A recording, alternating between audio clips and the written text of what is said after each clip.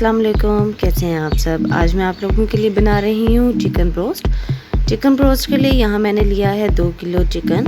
इसको मैंने 2 घंटे सिरका लगा के रख दिया है। सिरका लगाने के बाद मैंने इसको बहुत अच्छे से धो लिया है। अब मैं इसमें शामिल करूँगी 1 चम्मच लहसुन अदरक का पेस्ट। लहसुन अदरक का पेस्ट शामिल करने के बाद मैं शामिल करूँगी चिकन ब्रोस्ट मसाला।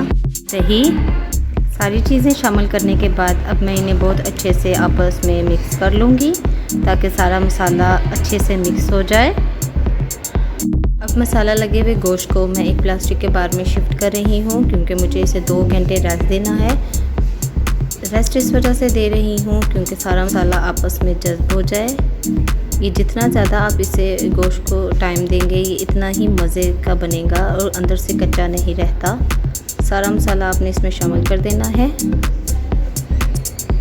अब मैं उस बाल को कवर कर दूंगी। 2 घंटे के बाद बहुत अच्छे से सारा मसाला आपस में मिक्स हो चुका है। मैंने एक पैन ले लिया है और इसमें मैंने ऑयल शामिल किया है, उसे गर्म किया है। इसके बाद मैं एक एक करके इन्हें हल्की आंच पे फ्राई कर लूँगी। ज़्यादा आंच आपने नहीं रखनी है, हल्की आंच आपने रखनी है।